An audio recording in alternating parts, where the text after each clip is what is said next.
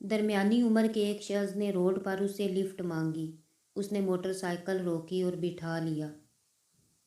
उस शख्स ने पूछा, आप कहाँ तक जा रहे हैं? उसने कहा, शहराई फैसल।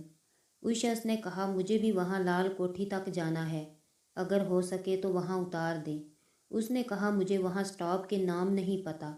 ज़िंदगी की पहली जॉब का इंटरव्यू है तो वहाँ एरिया मैं जानता नहीं। उस शख्स ने पूछा कि कहाँ है इंटरव्यू? उसने बताया कि नर्सरी के सामने प्रोग्रेसियो प्लाज़ा है कोई, उसमें है। उस शख्स ने कहा, मुझे भी वहीं उतार देना।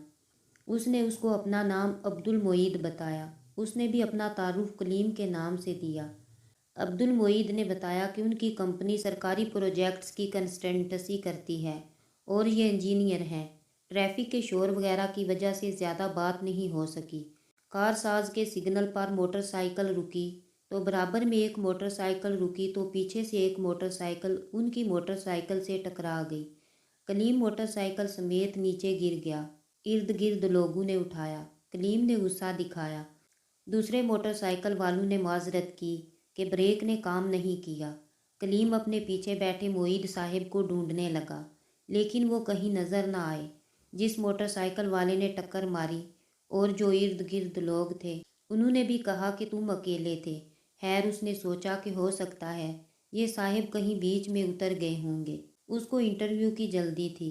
उसने इंटरव्यू दिया तो अल्लाह का करना ऐसा हुआ कि कंपनी को उसकी ग्राफ डिज़ाइन का काम अच्छा लगा और उसको जॉब पर रख लिया। अगले दिन ये सुबह ऑफिस के लिए निकला और कारसाज के सिग्नल पर रुका तो कोई उसकी मोटरसाइकिल पर पीछे बैठा तो ये चौंक गया तो देखता है कि मोईद साहिब ही थे।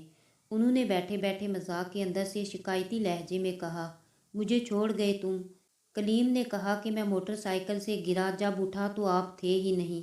उन्होंने कहका लगाया और कहा, नज़र का धोखा होगा, तुम गिरे तो मैं भी गिरा और फुटपाथ पर बैठ गया था, लेकिन तुम उठे और निकल गए। कलीम ने कहा, अरे नहीं भाई, मैं कम अज़ कम 2 मिनट यहाँ ही था, आप नहीं थे। सिग्नल खुला और ये शहराए फैसल लाल कोठी के बिलमुकाबिल रोड पर रुक गया। मुईद साहिब शुक्रिया अदा करके नीचे उतरे और पैदल चलने वालों के बुर्ज की तरफ चाल दिए। कलीम ने उनको घूम कर जाते देखा।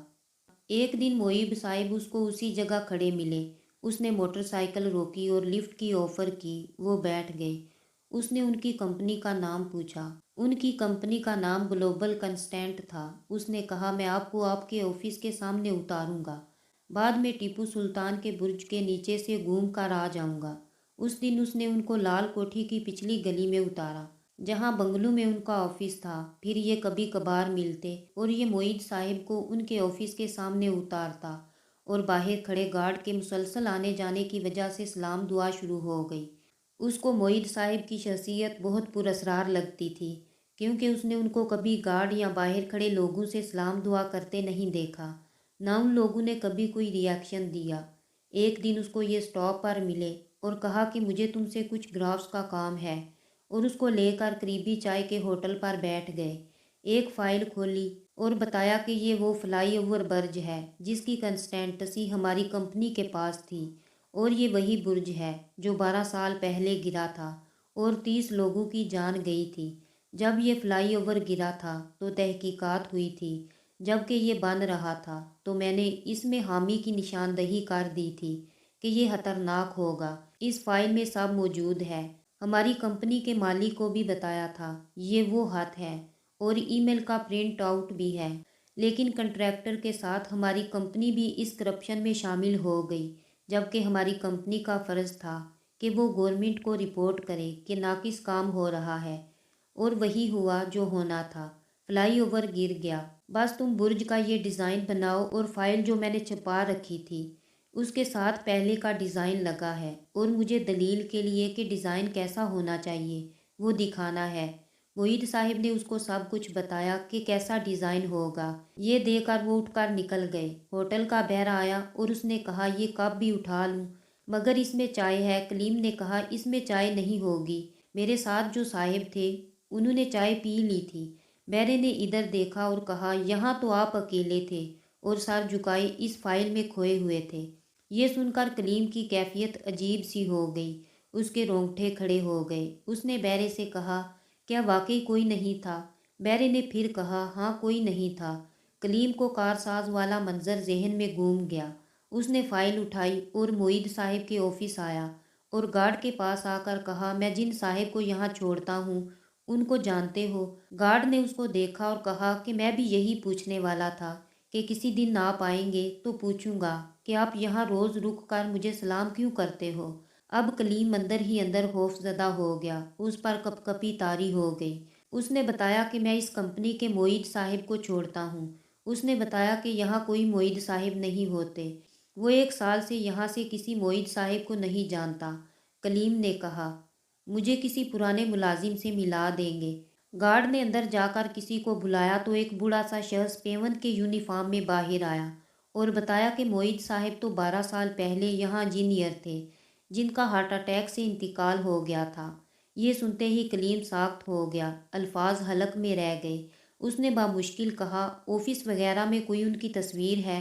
पेवन ने कहा, ऑफिस वगैरह में तो नहीं है, लेकिन मुझे तारीख याद है क्योंकि उस दिन पुलिस ऑफिस आई थी और मोईद साहब समेत हमारी कंपनी के मालिक और अकाउंटेंट साहब को ले गई थी। अगले दिन सारे अखबारात में कहानी छपी थी।